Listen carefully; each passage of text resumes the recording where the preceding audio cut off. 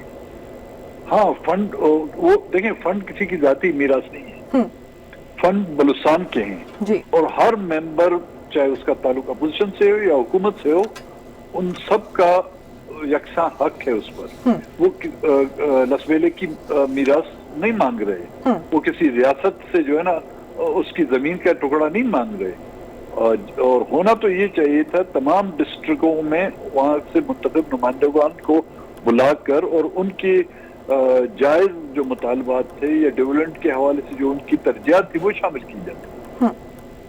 تو جو اپوزیشن ہے, ایک تو اس کا مسئلہ یہ ہے کہ ترقیاتی فنڈز جو ہیں وہ جاری نہیں کیے جا رہے, بلکہ ناراض اراکین کا بھی یہی ہے کہ ترقیاتی فنڈز جاری نہیں کیے جا رہے. اس کے علاوہ آپ کیا سمجھتے ہیں کہ اس وقت بلوچستان میں کون کون سے بنیادی مسائل ہیں جو کہ حل کیے جانے تھے اور ابھی 3 سال میں جو ہے وہ پورے نہیں کیے گئے؟ دیکھیں, بلوچستان میں سب سے بڑا مسئلہ جو ہے لا اینڈ آرڈر کا ہے. کوئی ایسا ضلع نہیں ہے جہاں پر امن امان کا مسئلہ نہیں ہے, اور کوئی بلوچستان وہ ہے جو پسماندگی کی اپنی تمام وہ حدود کراس کر چکا ہے. لیکن ہر سال ہمارے ان نائل حکمرانوں کے ہاتھوں 30 سے 40 ارب لیپس ہو جاتے ہیں. جو وزیر اعلیٰ کہہ رہے ہیں کہ جی ان کی نظریں, اپوزیشن کی نظریں فنڈز پر ہیں, تو یہ جو لیپس ہو کے وہ مرکز کی طرف بھجوا دیتے ہیں ان فنڈز کو, اس کا ذمہ دار کون ہے؟ ان 3 سالوں میں ہر سال 30 سے جو ہے 40 ارب روپے لیپس کر دیے گئے ہیں. یہ اس سے بڑی نااہلی کیا ہو سکتی ہے؟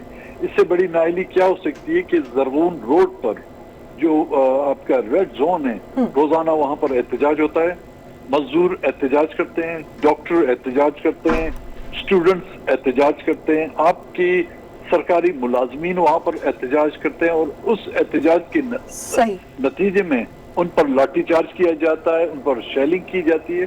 میرے خیال میں یہ حالات آپ کو صرف کشمیر میں ملیں گے اور دوسرے بلوچستان میں ملیں گے.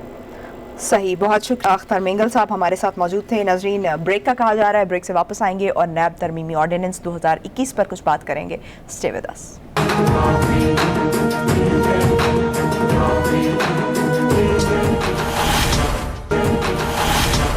بریک کے بعد خوش آمدید. ناظرین، قومی احتساب کا دوسرا ترمیمی آرڈیننس 2021 نافذ ہو گیا ہے. آرڈیننس کے ذریعے نیب کے دائرہ اختیار میں خاصی کمی کی گئی ہے.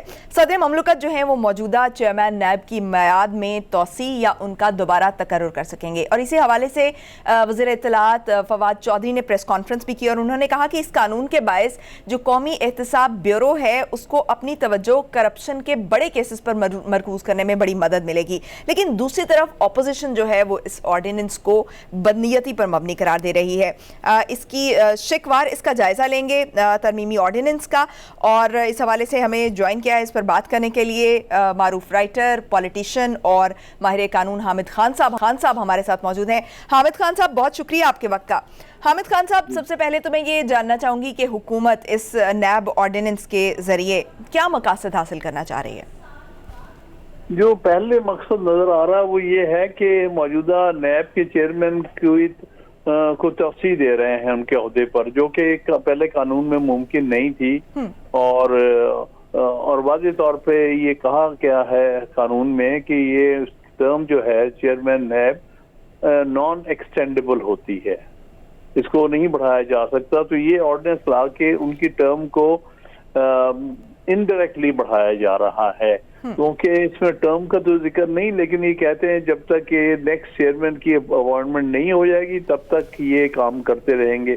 اس کو اگلے 6 مہینے لگ جائیں اور زیادہ عرصہ لگ جائے تو اس بہانے اس چیئرمین کو کنٹینیو کرنے کا اصل مقصد نظر آ رہا ہے. جو سب سے مین مقصد جو نظر آیا ہے اس کی ٹائمنگ کے حساب سے بھی، کیونکہ آج ان کا آخری دن ہے اور آج کے بعد ان کی ٹرم ختم ہو چکی ہے، اور ان کو توسیع دینے کے لیے ان کی ٹرم کو یہ آرڈیننس اس موقع پر لایا گیا ہے.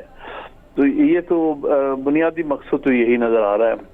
صحیح. تو حامد خان صاحب، اس کے علاوہ اور بھی کچھ چیزیں نظر آ رہی ہیں، جیسے کہ وہ من پسند ججز کی تقرری، ان کی تقرری جو کہ ریٹائر ہو چکے ہیں ججز، ان کو لے کے آنا ایز احتساب عدالت میں، وہ بھی اس کا مقصد نظر آ رہا ہے. صحیح. تو حامد خان صاحب، کیا آرڈیننس کی یہ جو شک ہے جو عدالتوں میں اپنی من پسند ججز کی، جیسے آپ نے بات کی ججز کو لانا، تو کیا یہ آرڈیننس کی جو شک ہے یہ عدلیہ کی آزادی کا جو آئینی تصور ہے اس کے متصادم نہیں ہے؟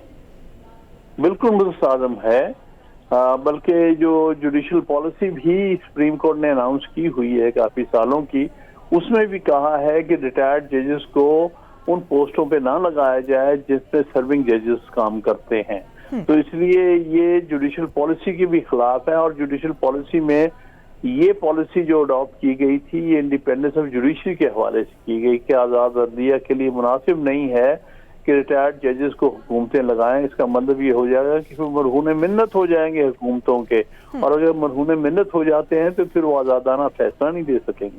صحیح. تو حامد خان صاحب، 6 مہینے بعد اگر یہ آرڈیننس جو ہے یہ ابھی آبویسلی پارلیمنٹ میں اگر نہیں جاتا اور اپوزیشن کے ساتھ مشاورت نہیں ہوتی تو 6 مہینے تک اس آرڈیننس کو کی جو 4 مہینے میں یہ ختم ہو جائے گی، یہ ختم ہو جائے گا. پھر اس کے بعد کیا صورتحال ہوگی؟ اس کے بعد وہی صورتحال ہوگی جو قانون ہے وہی ریسٹور ہو جائے گا. یعنی ٹرم ان کی ایکسٹینڈ نہیں ہو سکتی. 4 سال کے بعد وہ ریٹائر ہو جائیں گے. ریٹائر تو میں سمجھتا ہوں آج ہی ہو گئے ہیں، لیکن یہ آرڈیننس کے ذریعے ان کو مزید ٹائم دیا جا رہا ہے. اگر مثال وہ آرڈیننس ختم ہو جاتا ہے، یہ کل کو پارلیمنٹ ریزولوشن پاس کر کے اس کو ریجیکٹ کر دیتی ہے، تو پھر اسی وقت فی الفور چیئرمین نیب جو ہے ان کی وہ ٹرمینیٹ ہو جائیں گے. صحیح. اچھا, اب اور جو یہ چیئرمین نیب کی ناقابل توسیع کی جو شک ہے اس کو ختم کیا گیا ہے, تو کیا اس شک کے خاتمے سے جو نیب کا ادارہ ہے جو پہلے ہی تنازعات کا شکار ہے, آپ کو نہیں لگتا کہ اس سے مزید متنازع ہو جائے گا؟ یہ متنازع تو خود کیا ہے نا, یہ آرڈیننس لا کے اس کو زیادہ متنازع کیا گیا ہے, ورنہ تو یہ سلسلہ چل ہی رہا تھا اور نہیں چاہیے تھا آج سے 2 مہینے پہلے ہی اس معاملے کو ٹیک اپ کرتے اور لیڈر آف دی اپوزیشن کے ساتھ مشورہ کر کے نیا چیئرمین لے کے آتے جو کہ ریٹائرمنٹ کے ساتھ ہی اپنی ڈیوٹی سنبھال لیتا.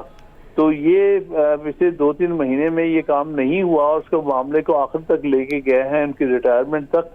تو اس سے تو یہ ظاہر ہوتا ہے کہ وہ یہ جو نیب کا سارا قانون ہے اور نیب کی جو سارا پروسیس ہے وہ بہت زیادہ متنازع ہو گیا ہے. صحیح. تو حامد خان صاحب, ہم شکوار چونکہ اس کو دیکھ رہے ہیں تو جو کہا گیا ہے کہ ملزمان کی ضمانت کا حق جو ہے وہ احتساب عدالت کے پاس ہوگا, اور ملزم کے لیے یہ ضروری ہے کہ جتنی رقم کی کرپشن کا اس پر الزام لگا ہے ضمانت کے طور پر وہ اتنی ہی رقم دے. تو کیا ایسا پاسبل ہے, کیونکہ اربوں روپے کی کرپشن کا الزام لگایا گیا ہے ابھی تک, تو بہت سارے سیاستدانوں کے پر جو الزام لگا ہے وہ اربوں روپے کا ہے, تو کیا وہ اپنی ضمانت نہیں کرا سکیں گے اس طرح؟ تو دیکھیے بات یہ ہے کہ ضمانت کا اختیار دینا تو کہ اچھی بات ہے, کیونکہ یہ پچھلے نیب کے قانون کے تحت ایک حکم رہ گیا تھا, لیکن اس کے ساتھ جو کنڈیشن لگا دی ہے اس سے وہ حقیقتاً ختم ہو گئی ہے. ضمانت کا اختیار جو ہے وہ ایک ہاتھ سے دیا گیا, دوسرے ہاتھ سے واپس لے لیا, کیونکہ الزام تو بڑے لمبے چوڑے ہوتے ہیں, اس میں ثابت کیا ہوتا ہے کیا نہیں ہوتا وہ تو بات کی بات ہے. اس لیے چونکہ قانون ضمانت کا یہ ہے کہ یہ ہمیشہ عدالتوں کا ثواب دیدی اختیار ہوتا ہے, ضمانت دینا نہ دینا, یہ دیکھنا کہ آیا یہ کہ ضمانت کے قابل ہے کہ نہیں, یا اس میں کوئی چیز جان ہے یا نہیں, یا مزید اس میں انکوائری یا انویسٹیگیشن کی ضرورت ہے کہ نہیں. تو آپ نے سارے اختیارات جو ہے عدالت کو دینے کے بعد خود بخود واپس دوسرے ہاتھ سے واپس لے لیے ہیں, کہ اس کو کنڈیشن ہی ایسی لگا دی ہے جو کہ تقریباً ناممکن کنڈیشن ہے, اس کو کوئی پوری نہیں کر سکے گا. اس کا مطلب یہ ہے کہ جو آپ اختیار دے رہے ہیں ایک ہاتھ سے دوسرے ہاتھ سے وہ اختیار واپس لے رہے ہیں. صحیح. تو حامد خان صاحب, ایک اور اس کی شک جس پر میں بات کرنا چاہ رہی ہوں وہ یہ ہے کہ جو نیب قانون کا اطلاق وفاقی, صوبائی اور مقامی ٹیکسیشن کے معاملات پر نہیں ہوگا, اور وفاقی اور صوبائی کابینہ کمیٹیوں اور ذیلی کمیٹیوں کے فیصلے جو ہیں وہ نیب کے دائرہ اختیار میں نہیں ہوں گے. جو نجی کاروبار ہے, افراد اور بینک مقدمات, وہ بھی نیب کے دائرہ سے خارج کر دیے گئے ہیں.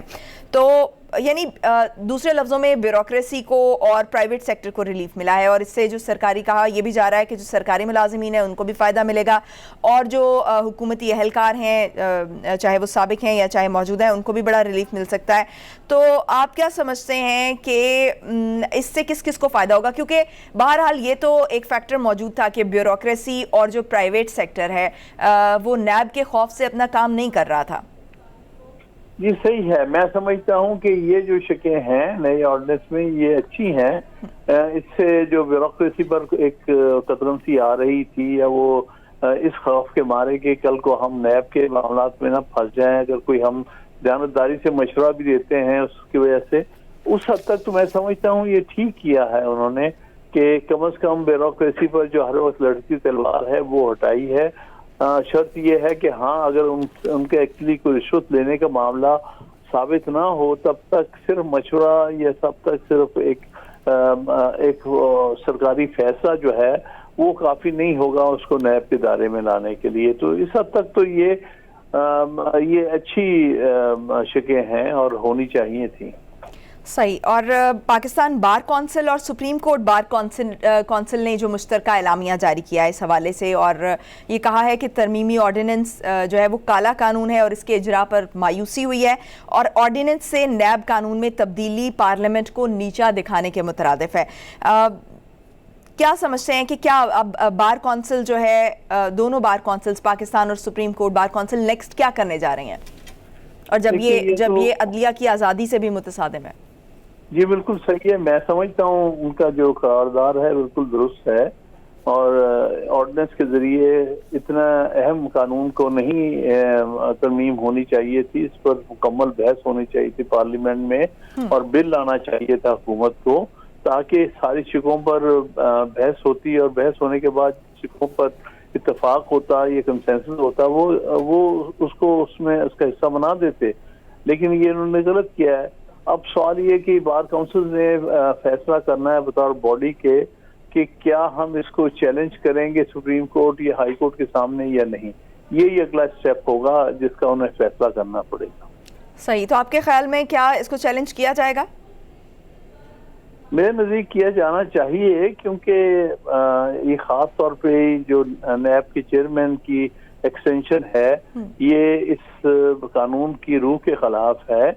اور اسی طرح میں سمجھتا ہوں کہ جو اپوائنٹمنٹس ہیں ریٹائرڈ ججز کی اور جو بیل کی شک رکھی گئی ہے، یہ ساری چیزیں ایسی ہیں جو کہ بنیادی حقوق کے خلاف بنتی ہیں. آئین کے تحت جو بنیادی حقوق ہیں جس میں فیئر ٹرائل ہے، ڈیو پروسیس ہے، right to life and liberty ہے، یہ سارے وہ بنیادی حقوق ہیں جو آئین نے ہمیں گارنٹی کیے ہیں. یہ شکیں ان بنیادی حقوق کے سے متصادم ہیں. صحیح. تو حامد خان صاحب، 3 طرح کے کیسز ہیں جو کہ یوزلی نیب دیکھتا ہے. ایک تو ایسٹس بیونڈ مینز ہے، مس یوز آف اتھارٹی ہے، اور جو پرائیویٹ بزنس وغیرہ ہیں. تو آپ کیا سمجھتے ہیں کہ یہ جو ابھی نئی شکیں آئی ہیں اور نیا آرڈیننس آیا ہے، اس سے کس کس کو ریلیف مل سکتا ہے؟ اس سے میرے خیال میں ان لوگوں کو ریلیف ملے گا جو پبلک آفس نہیں ہولڈ کر رہے، کیونکہ پہلے یہ کرتے تھے کہ جو لوگ پبلک آفس ہولڈر نہیں بھی ہیں ان کو بھی اس کے گھیرے میں لے لیتے تھے، اور اس سے خواہ ایک قسم کی لوگوں میں سراسیمگی یا لوگوں میں ہریسمنٹ آتی تھی کہ یہ تو ہمیں بھی پکڑ سکتے ہیں چاہے ہمارے پاس کوئی پبلک آفس نہیں ہے تب بھی. تو کسی حد تک، اور دوسرا بیوروکریسی کو بھی موقع ملے گا کہ اپنا کام کھل کے کریں اور خوف کے اندر نہ رہیں. تو یہ کچھ شکیں جو ہیں شاید بہتر ہوں اس حوالے سے حکومت کی جو فنکشننگ ہے وہ سموتھ ہو سکے. صحیح. تو حامد خان صاحب، ماضی میں ہم نے دیکھا ہے کہ کرپشن کے نام پر اس طرح کے بہت سارے ادارے بنائے گئے سیاستدانوں پر الزام تراشیوں کے لیے یا ان کی پولیٹیکل وکٹمائزیشن کے لیے. ایبڈو ہمارے سامنے ہے، پروڈا کا جو ادارہ تھا وہ، اور ہم نے بھی دیکھا اور وقت نے بھی ثابت کیا کہ یہ صرف پولیٹیکل وکٹمائزیشن کے لیے استعمال ہوتے رہے. اور اب نیب کو بھی ہم دیکھ رہے ہیں کہ پہلے کیسز دائر ہو جاتے ہیں، گرفتاریاں ہو جاتی ہیں، لیکن ریفرنسز جو ہیں وہ مہینوں بعد جو ہے وہ سامنے آتے ہیں یا لٹک جاتے ہیں، یا کچھ پر ابھی بھی ریفرنسز دائر نہیں کیے جاتے. تو اس سے تو اس تاثر کو تقویت ملتی ہے کہ یہ جو ہے یہ پولیٹیکل وکٹمائزیشن کے لیے استعمال ہو رہے ہیں. تو پھر جب حکومت، اب جو موجودہ حکومت ہے، اس نے بھی کسی ٹائم پہ اپوزیشن میں جانا ہوگا، جو ابھی موجودہ اپوزیشن ہے اس نے بھی کسی ٹائم پہ حکومت کی ہے اور کسی ٹائم پہ دوبارہ حکومت میں آئیں گے، تب یہ الزام تراشیاں کرتے رہتے ہیں لیکن اس کے قانون میں تبدیلی نہیں لاتے. تو پھر سولوشن کہاں ہے؟ کیسے یہ تاثر ختم کیا جا سکے گا کہ یہ پولیٹیکل وکٹمائزیشن نہ ہو سکے؟ یہ تبھی ہوگا کہ اگر واقعی قانون اس قسم کا بنایا جائے کہ اس میں ادارہ جو ہے مکمل طور پہ انڈیپینڈنٹ ہو، تاکہ وہ کسی کے دباؤ میں فیصلہ نہ کرے. ابھی تک تو نیب کا قانون تو بظاہر ٹھیک نظر آتا تھا ہمیں کہ یہ ایک انڈیپینڈنٹ ادارہ بنا رہے ہیں، لیکن جس طرح اس ادارے کو چلایا گیا ہے اور جس طرح اس کا استعمال کیا گیا ہے اس میں وکٹمائزیشن کا ایلیمنٹ بڑا واضح نظر آنے لگ گیا ہے.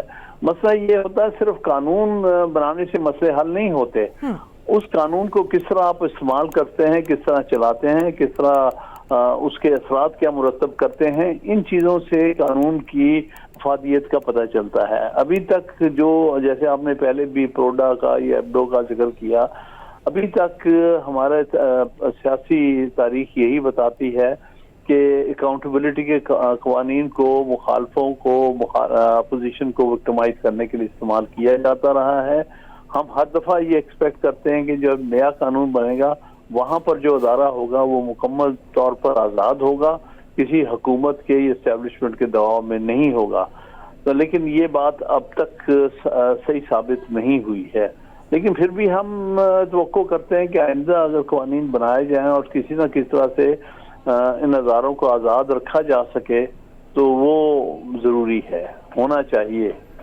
تو آپ کے خیال میں یہ ادارے کیسے آزاد رہ سکتے ہیں؟ مطلب ایسا کیا کیا جانا چاہیے؟ سیاستدانوں کو قانون سازی کس طرح سے کرنی چاہیے کہ یہ ادارے جو ہیں وہ غیر جانبدار رہ سکیں؟